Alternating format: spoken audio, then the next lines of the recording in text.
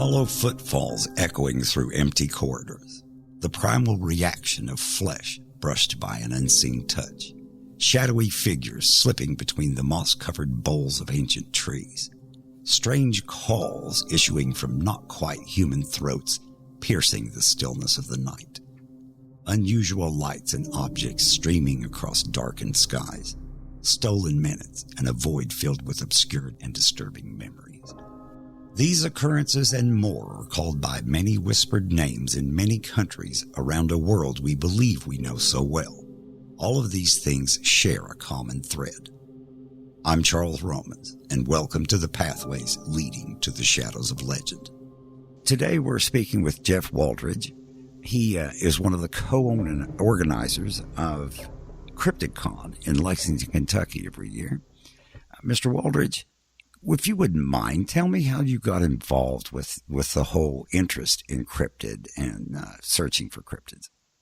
Well, I've always had an interest ever since I could read a book. So probably since the age of, 6 years old or so, I was always checking books out on cryptids and strange phenomenon and UFOs and, Bigfoot and all kinds of different things. So it's been a lifelong interest, and I've been a paranormal researcher for over 20 years. Mm-hmm. So it's just something that it kind of fell into place, and to do a convention, and me and Lee and Jennifer Kirkland started Cryptid Con, several years ago. Yes. And so it's kind of grown for there. So for me, it's kind of like a kid in a candy store type thing, because I get to talk to some of these researchers that I've read about and wanted to meet for years, and now I'm actually getting to share information with them by using the convention as a vessel. That sounds like a perfect match there. It's like a kid in a candy store. That's a good analogy. Now, do you have evidence from independent research, or how would you go about gathering your evidence? Yes, I go out pretty much weekly. I have several different research areas for Bigfoot and things of that nature. But, I also get called about other different things, and I consult with other researchers. But, I'm an active researcher. I go out quite frequently to several little areas in Kentucky, and then I also share information with other people in different parts of the state. So it's kind of a passion that I enjoy for entertainment, but it's also very serious work as well. It might be of interest to some of our listeners here. You mentioned it's a lot of work. What does that work entail? Because people, unless they're in the middle of the research community, they have a tendency to think, well, they're just out walking through the woods looking for Bigfoot. Right. Yeah, and that's the way it looks. It looks, and sometimes the media gets it wrong, and they'll show, walking through the woods or doing this or doing that. And it's some of it, but a lot of it comes down to actually talking to people that have seen things or witnessed things. And then you've got to kind of take all the eyewitness accounts, and you got to put them on a map and see, well, where would be a good place to look for more evidence or look for more sightings. So it's really like a criminal investigation is the way I go about it.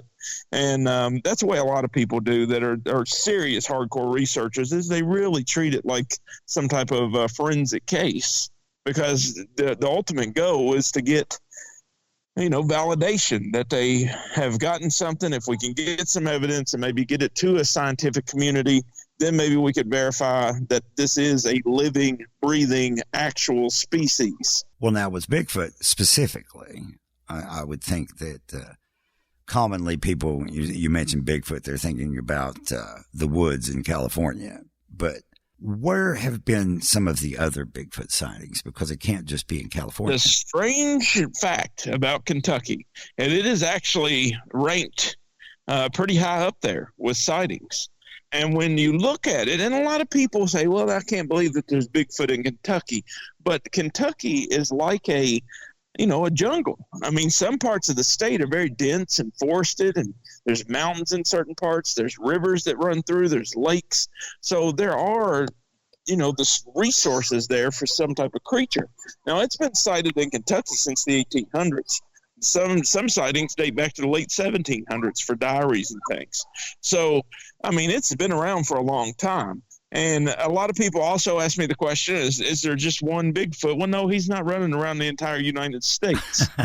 Yeah, that would be a bit problematic, wouldn't it? You know, they look at pop culture and they see that, and that's not the way that it works.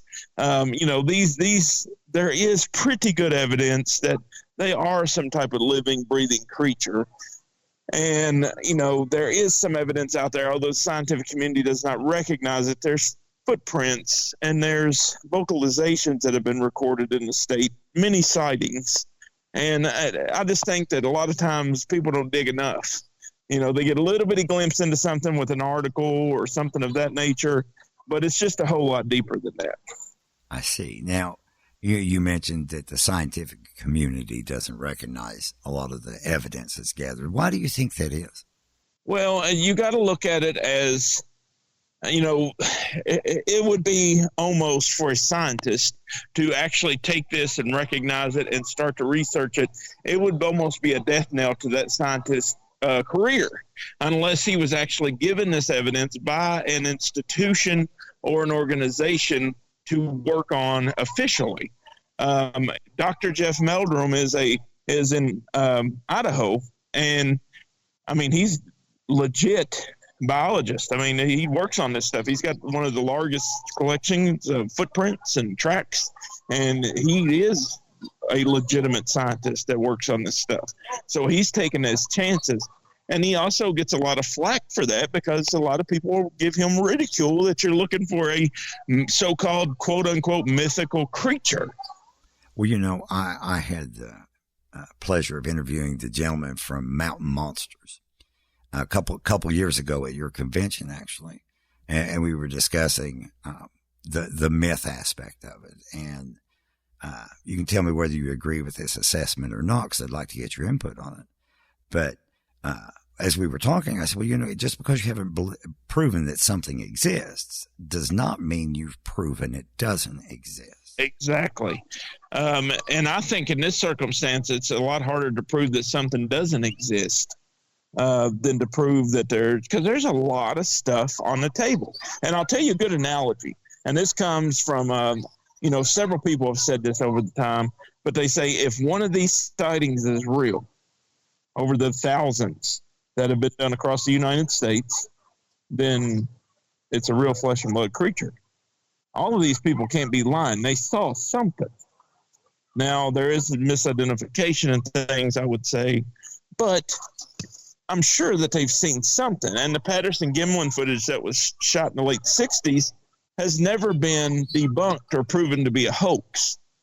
And they've had many people analyze that film footage, and they've never been able to prove that that was a hoax. So that's something there. Plus, I mean, there are a wealth of plaster cast footprints and hair samples. You know, anthropologists and things have looked at those, and they can't explain why there's dermal ridges. They can't explain why there's this mid-tarsal break that appears in several tracks. They can't explain how a barefoot, large foot cast or track is out in the middle of the woods where nobody is. And I've personally found these tracks on several occasions, and nobody was in that part of the woods. It's a very dense area, and that's something I can't explain. So I would say that you're sold on the belief that there is a bipedal creature living out in the woods that people identify as Bigfoot. I would say that there is a bipedal creature of some kind in the woods. I'm not sure what it is. I see. I'm not so sure it's as pop culture likes to paint the picture, you know, maybe in the Pacific Northwest, but I think in other parts of the country, I think that they're different sizes. I don't think that you're getting one Bigfoot that looks the same across the country. I think you're getting different ones according to what they eat, according to what their habitat is. And I think that's what people need to come to think of. It's not going to look the same everywhere. Just like bear, just like any other animal, they're not going to look the same in every part of the country. Right, because, I mean, any biological organism changes to adapt to its environment. They're a product of their environment. And what's always fascinated me is that these stories have been told for thousands of years, long before there's any communication between continents. Yes, and you really got to put a lot of water into these Native American legends, and because when you look at that Native American stuff, you're sitting there and you're going, okay, they saw this as a very spiritual creature, and they recognize this, and there were drawings on cave walls of these big creatures. So I mean, there's a lot there that there's no reason to hoax this stuff. And I'm sure there's plenty of hoaxers out there. I'm not saying that. I'm sure there's tons of them that have been hoaxed over the years. But I've talked to several eyewitnesses that had no idea that somebody saw something and they saw the same exact thing within 50 yards of the other person's sighting, and they had no knowledge of that sighting, and they had nothing to gain from it. Well, now, what would you say about our limited ability to gather information? Not using technology, but I'm talking about from our own biology, our own senses. How does our sight and sound and smell compare to other creatures? Well, you would look at something like Bigfoot. And and people use the term Bigfoot, and I use that in interviews, but I'm not so sure that's what we need to call it. I think sometimes we go with pop culture, and everybody looks at it as a cartoony creature, and they don't give it enough credit as being alive and well and have senses. But if you look at it, it's going to be the apex creature in the woods. It's been in the woods for hundreds of years. It has adapted to the woods. It knows how to live in the woods, and it would be no different than if we know how to go get Chinese takeout somewhere. It knows what to do. So it's a product of its environment. And I always kind of give that analogy. If you ask somebody, hey, where's good Chinese takeout? They're going to tell you. Yeah. Well, Bigfoot, in the instance of being in the woods, is going to know where to eat. It's going to know what to eat. It's going to know when to eat it and what time of year to eat it. And it's going to know where to hide. It's going to know where to do whatever. And I've been in some parts of the woods where it could literally lay flat and you would be 5 feet from it and not know it's there. So, I mean, the argument of it can't exist because there's no place for it is not, that tells me that they've never been in the woods. I would agree with that because we're limited, and then it's interpreting that limited information, and possibly we're doing it wrong. And I'll tell you another really, really good point to make with this. We walk through life with blinders on, and we live in our own little bubble. And as long as nothing interrupts that little bubble, then we're okay.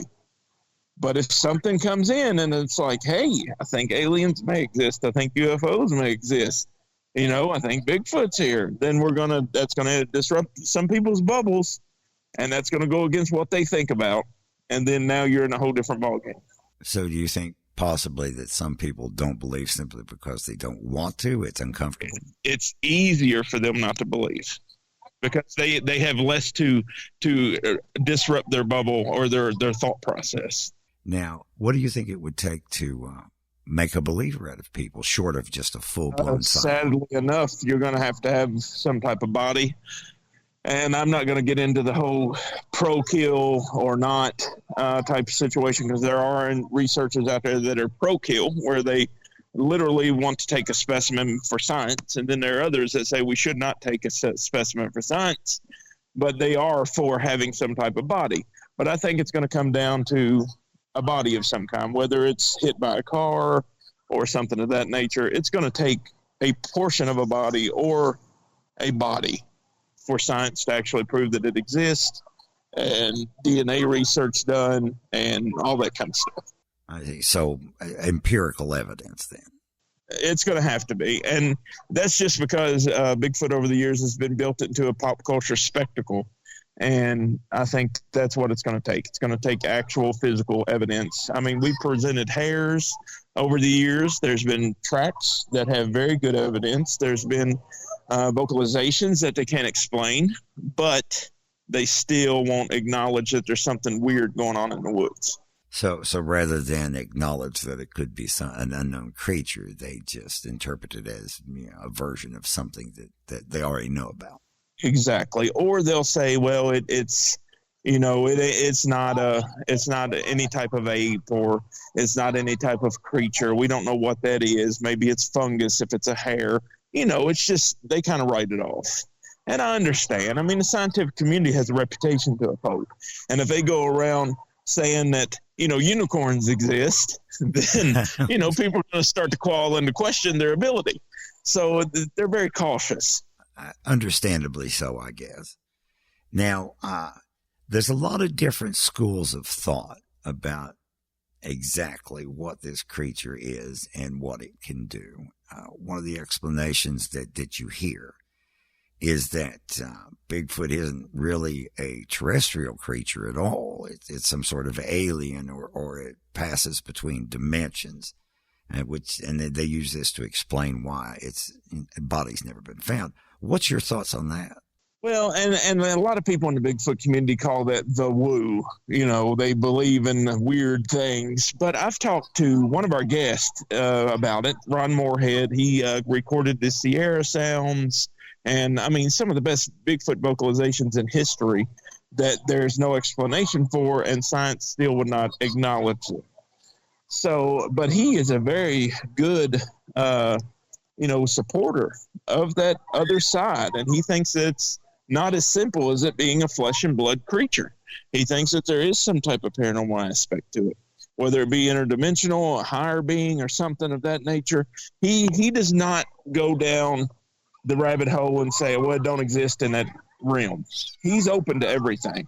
And I think as an investigator, you have to be open to certain things like that, but you kind of got to also pull it back and have some type of control mechanism there, and almost like a filter of some kind where you say, okay, well, I'm going to look at everything as evidence, because as an investigator, that's the best way to be. Let's look at everything as evidence. Let's not write anything off, and then let's let the evidence speak for itself.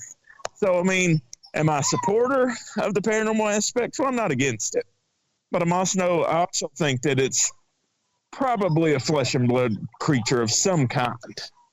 But you do acknowledge the possibility. I do acknowledge the possibility because, I mean, UFOs exist. The government has now admitted that they exist. So who's to say that this is not something that was brought from one of these crafts? Who knows? And maybe years ago, maybe decades, maybe hundreds of years ago, that it was transplanted to Earth, and now it's here as a living, breathing creature.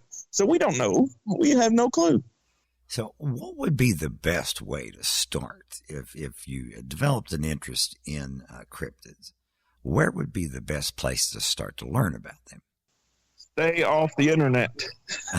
Okay?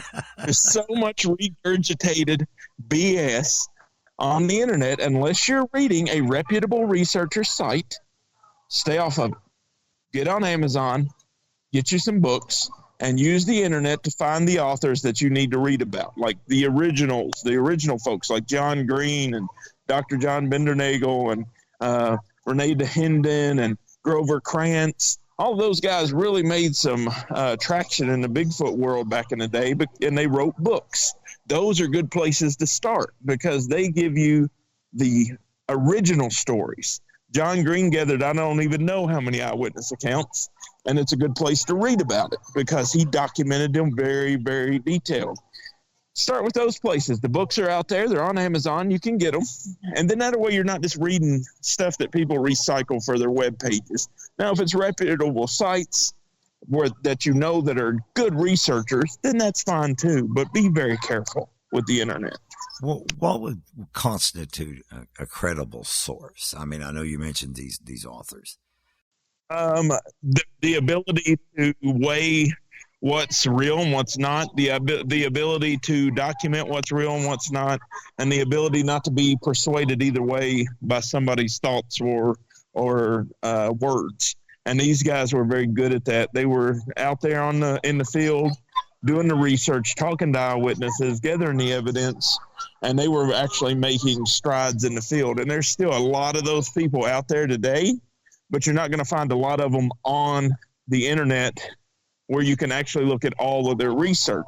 A lot of the people document it themselves and keep it.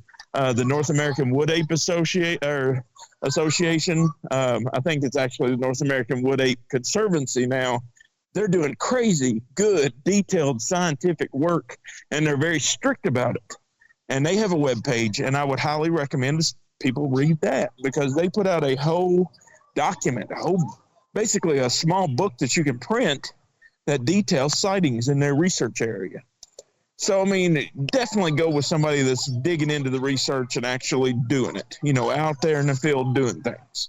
So now, on your personal experiences with your research and everything, what are some of I guess, I hesitate to use the word favorite, but what do you think are some of your more, I guess you could say, beneficial, high yield investigations that you've done over the years? Well, you got to kind of go with, I like the footprints, the tracks. Yes. Because if I'm out in the middle of the woods and there's nobody else around, and I know nobody's been there in a long time, and I find a track, then that's going to be something I'm going to start to look at a little more detailed. Mm-hmm. I like the vocalizations. I'll leave a recorder sometimes 48 hours in the woods, come back, collect it, and listen and analyze it.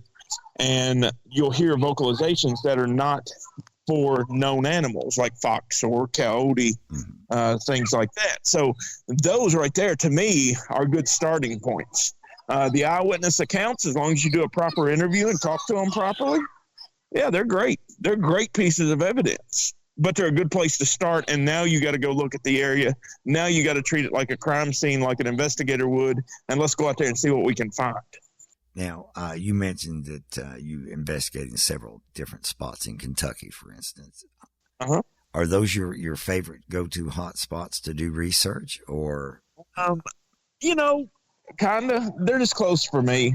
That's kind of what I get into. They're close for me. So I've got several research areas that I work with at different times in the year, and they're basically very close for me. So I can consistently work on them, and I can consistently document those. So, I mean, that's kind of what I do. I'll go anywhere. I'm not opposed to going anywhere and working with anybody, as long as they're legitimate, and I don't want anybody to, be a hoaxer or anything like that. And I'm very careful with that because, reputations are very important. Well, this is true. Yeah, you want to maintain as high credibility as possible. And I not only have the reputation of me as an investigator, but I also have the reputation of Cryptid Con, Wild Man Days, and other events that we do. And I don't want to make anything look like we're just out there for a show or a hoax or anything of that nature. We take everything very seriously, and that's kind of why we built the convention, is we wanted a place where people could come not only to see some of these people that they saw on television, but also to not only learn from these researchers, but to network. Networking is very important, and I don't think there's enough of it in the Bigfoot community.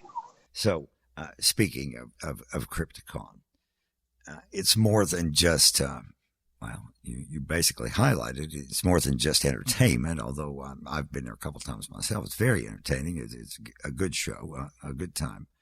But you can get beneficial knowledge to further your own research or possibly get new avenues for research. Would that be a fair assessment? We try to bring in folks from all areas of cryptozoology. We also support the UFO community with Cryptid Con. So we try to bring in a little bit of everything from ghosts to Bigfoot to Loch Ness Monster to monsters all across the country, Mothman and different things like that. So we want it to be a place where somebody that has a small interest or a budding interest in cryptozoology has a place where they can come and they can let it grow. Because there was nothing out there like that. And I know just from us three, me, Lee, and Jennifer, in building Cryptid Con, we all have an interest and we have had an interest, but we didn't have a place to play, as you would say, to learn and to network and to meet people.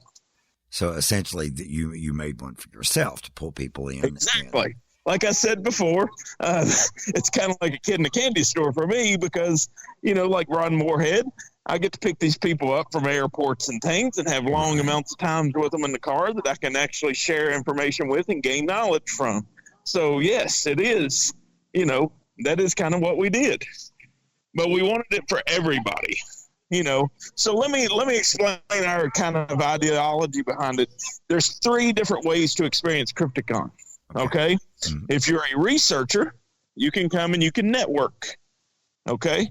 And if you are a fan, you want to watch the television shows, you read books, we want to give you an outlet to come and meet these folks, get autographs and things of that nature. And then if you are somebody that's actively wanting to find out more about it, or you're a new researcher, you can come and listen to these seminars and you can learn and you can actually grow from this. So it's an educational experience for some. I mean, I've literally had people bring notepads into some of these seminars and take notes. Well, I would imagine that would be valuable, because if that's your purpose for being there, you want to have as much information as possible. And that's what we wanted. We wanted to give them content that they could actually learn and grow from. Well, that sounds like a fantastic time. I mean, we literally have 2 vendor rooms. So, I mean, it's really, really grown. And it's fastly approaching the time when we're going to have to even get a bigger space because we're growing so big. Well, now, how would people reach out and get information? Cryptidcon.com. I hesitate to even ask this, but because it seems for less conversation that Bigfoot seems to be your favorite cryptid. But do you have a favorite? Well, that's not necessarily true. It's just one that I have the ability to research. I research all cryptids. I'm very active in the research community as far as that goes. And, I do dig in to a lot of different cryptids, and because you can't just stick with one thing. I love all cryptids, and some of even the most obscure ones I kind of enjoy. Well, I know that toward the western part of the state, there's the Braxton County monster. Yes, very much so. And, of course, I live in Greenup, Kentucky, so spreading out from there, there's a museum up in Point Pleasant for Mothman, and there's several other ones around here. So, and this kind of, once you get people excited about this and interested in this stuff, it kind of begs the next question. How do you start going out into the field? Do you have any recommendations of how to begin and how to be safe doing it?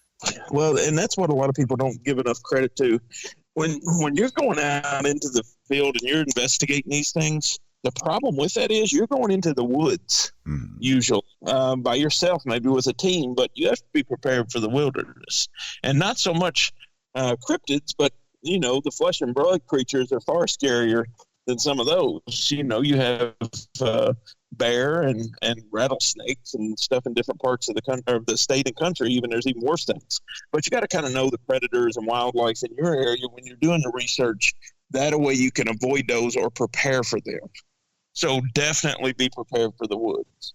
You don't want to just go out without a backpack or water or something to keep yourself hydrated or safe. So I guess it would be a good idea to adopt the Boy Scout motto of always be prepared. Always be prepared. That is a great motto to have. That's why they have it. Always be prepared. And, take a notebook, take a camera, take a recorder. You want to have something to record evidence as well because, that's why you're out there. Oh, definitely, yes. And eyewitness accounts, of course, are valuable, but anything tangible has a tendency to add more credibility to a story. Now, do you think – oh, I'm sorry, go ahead. Yeah, and like I was saying, you want to have some way to keep track of this stuff. I also recommend people have a map that they can log sightings and things on because you want to see a pattern there. Now, has it been your experience that these cryptids follow a stable pattern, kind of like a migration area? If there is something to the sighting, yes, 100%. So even though there's not been anything people would think of as empirical evidence, there are records that show that the migration patterns would seem to be a real creature. Right. That's a hard one. Okay. So, you kind of look at it and you're like, well, there may be something here. Or you also got to log on the other side of things and you got to try to explain it. So, you kind of got to dance on both ends. And what do you think are some good skills for people to develop if they want to start hunting cryptids? I know, of course, we've talked about being prepared. The ability to communicate with people. That's number one. You got to have the ability to talk to somebody and to find out what they're seeing. But some other skills you want to have are good observation skills and just the ability to not be enclosed in your own little bubble where you're not open to any type of, science says it's not real, so I'm not going to acknowledge it. So you got to have an open mind. Okay, well, that would seem to cover the bases there.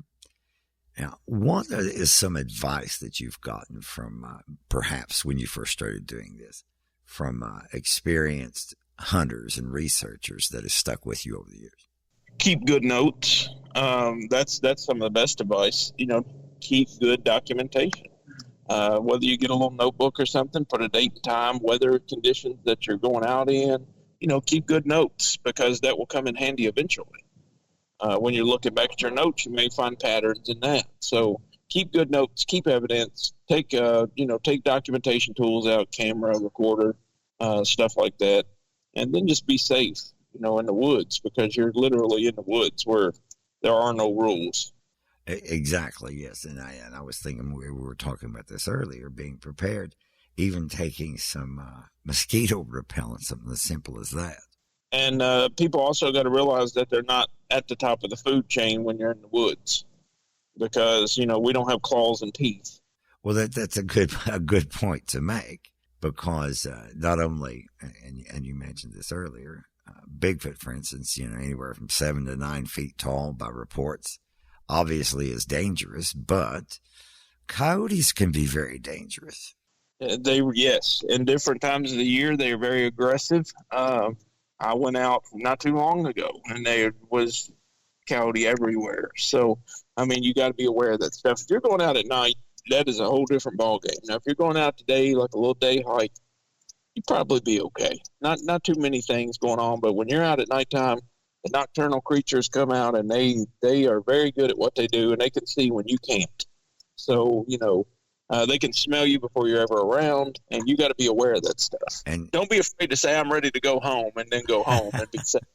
Well, sometimes discretion is the better part of valor because you can get in a dangerous situation, and knowing when to extricate yourself, I would say, would be a valuable skill. 100% on that. Well, is there anything else that you would like to share with us? I think it's good. Because I think we've covered a good base here, and give people some information, maybe offset a little bit of the misinformation. Yeah, and that's kind of what I'm out there. We try to be flag bearers for the cryptozoology community because, there's a lot of good people out there that do things, but then there's a lot of people that have their own best interest in mind and not so much anything to further the field. So we kind of try to, help.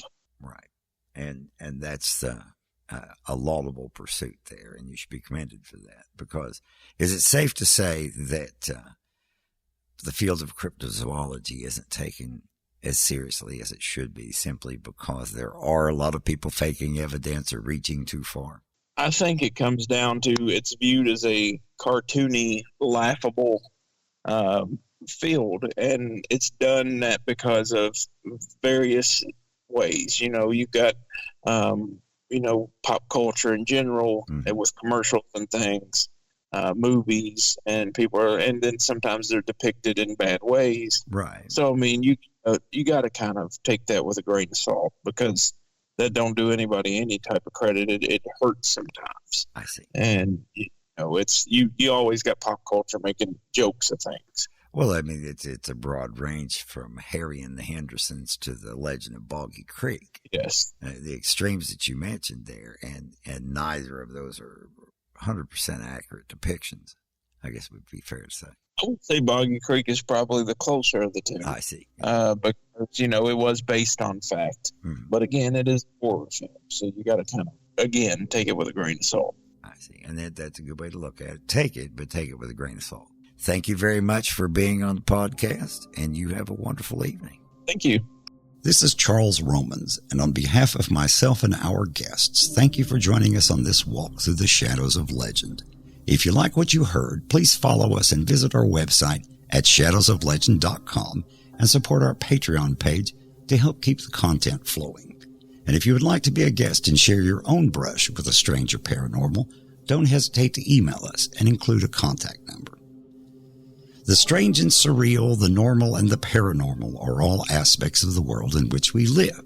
As you reflect upon the stories we have shared, keep in mind that the people sharing these stories are actual, real people just like us.